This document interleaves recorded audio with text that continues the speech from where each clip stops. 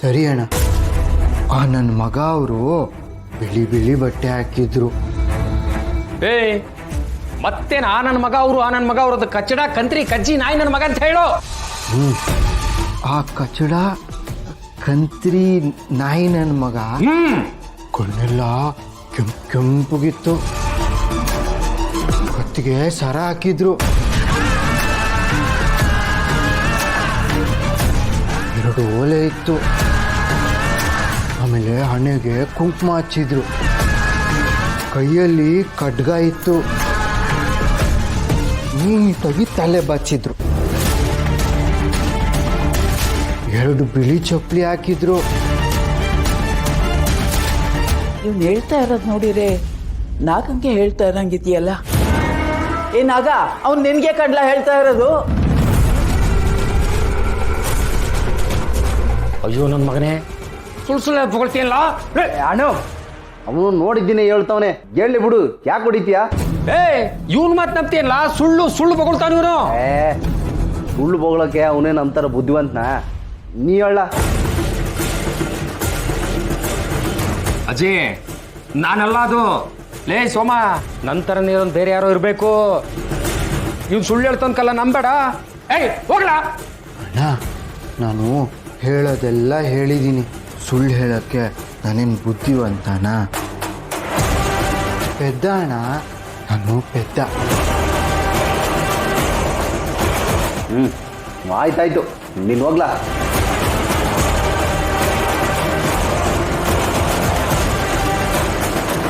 ಲೇ ಸೋಮ, ತಾಯಣಕಲ್ಲ, ನಾನಲ್ಲ ಕಲ, ನನ್ನ ನಂಬಲ. ಪೆದ್ದ ನಮಗ ಸುಳ್ಳು ಹೇಳ್ಬಿಟ್ಟು ಔಟವನೆ. ಈಗ ಸಮಾಧಾನ ಆಯ್ತು.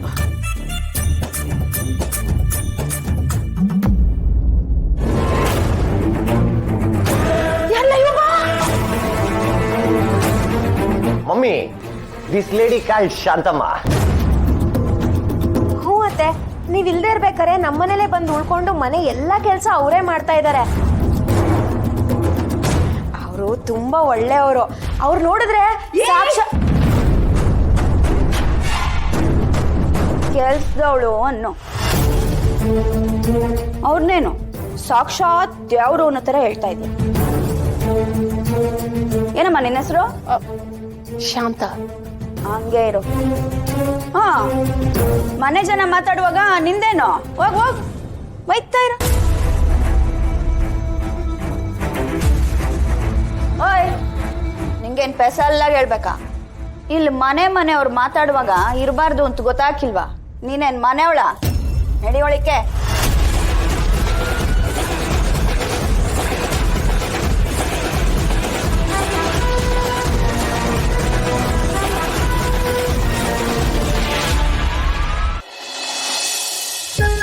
ಮತ್ತೆ ಹೆಂಗಿದ್ಯಾ ಮಗ? ಅಲ್ಲ, ನಾನು ಇಲ್ದಿರೋವಾಗ ಕೆಲ್ಸದವ್ರನ್ ಬೇರೆ ತಂದಿಟ್ಕೊಂಡವ್ರಲ್ಲ. ನಾನೀಗ ಎಷ್ಟು ಉರಿಬೇಡ. ಡೌಟು, ನೀನ್ ಕೆಲಸದವಳ?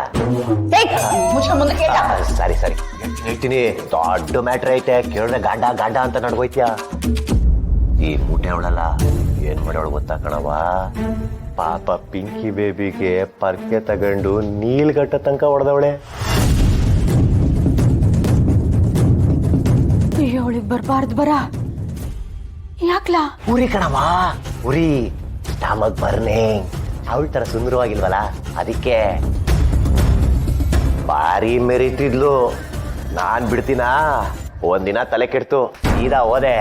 ಈ ಮದ ಹತ್ತಿರ ಆನೆ ಮದ ನಿಡಿಸ್ಬೇಕಂತೇಳಿ ಸಾರಿಯಾ ಕ್ಲಾಸ್ ತಗೊಂಡಿದ್ದೀನಿ.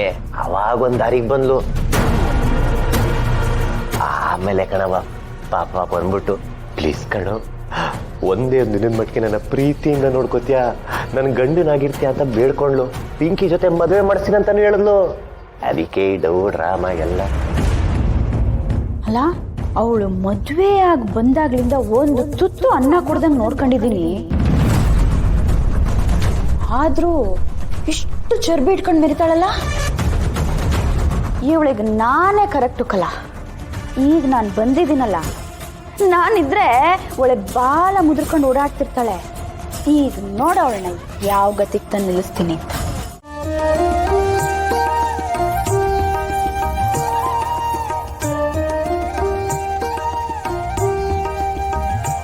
ಮಾವಯ್ಯ, ನೀವು ಇತ್ತೀಚೆಗೆ ನೀವು ಕಡಿಮೆ ಊಟ ಮಾಡ್ತಿದ್ದೀರಾ. ನಾನು ಕೊಟ್ಟಿರೋ ಮಾತ್ರೆ ಪವರ್ ಜಾಸ್ತಿ ಇದೆ. ನೀವು ಜಾಸ್ತಿ ಊಟ ಮಾಡ್ಬೇಕು ಗೊತ್ತಾ? ತಟ್ಟೆಲೇನು ಬಿಡಂಗಿಲ್ಲ, ಎಲ್ಲ ಖಾಲಿ ಮಾಡಬೇಕು. ಬಾರವ್ವ, ನೀನು ಪ್ರೀತಿಯಿಂದ ಈಸ ಕೊಟ್ಟರು ಹಂಗೆ ಕೊಡ್ದು ಬಿಡ್ತೀನಿ.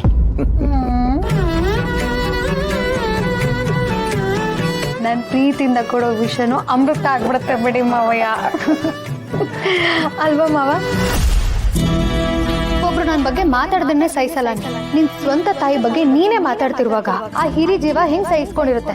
ಯೋಚನೆ ಮಾಡಿದ್ಯಾ?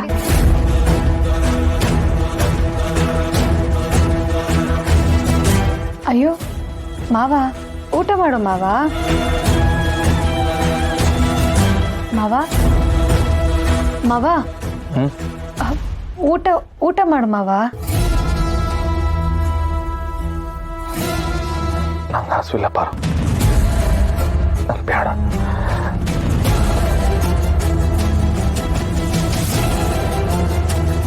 ಅಲ್ಲ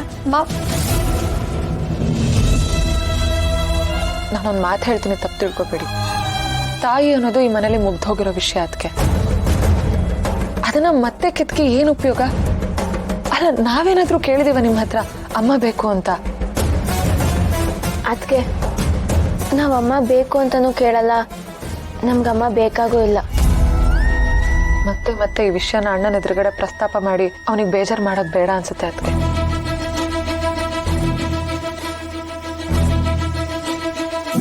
ನೀವಾದ್ರೂ ಊಟ ಮಾಡಿ. ರಮ್ಯಾ, ರತ್ನ, ಬಾರವ್ವ, ಏನು ನಂಬ್ಕೊಂಬೇಡವ್ವ. ಇಲ್ಲ ಮಾವಯ್ಯ, ನೀವು ಊಟ ಮಾಡಿ.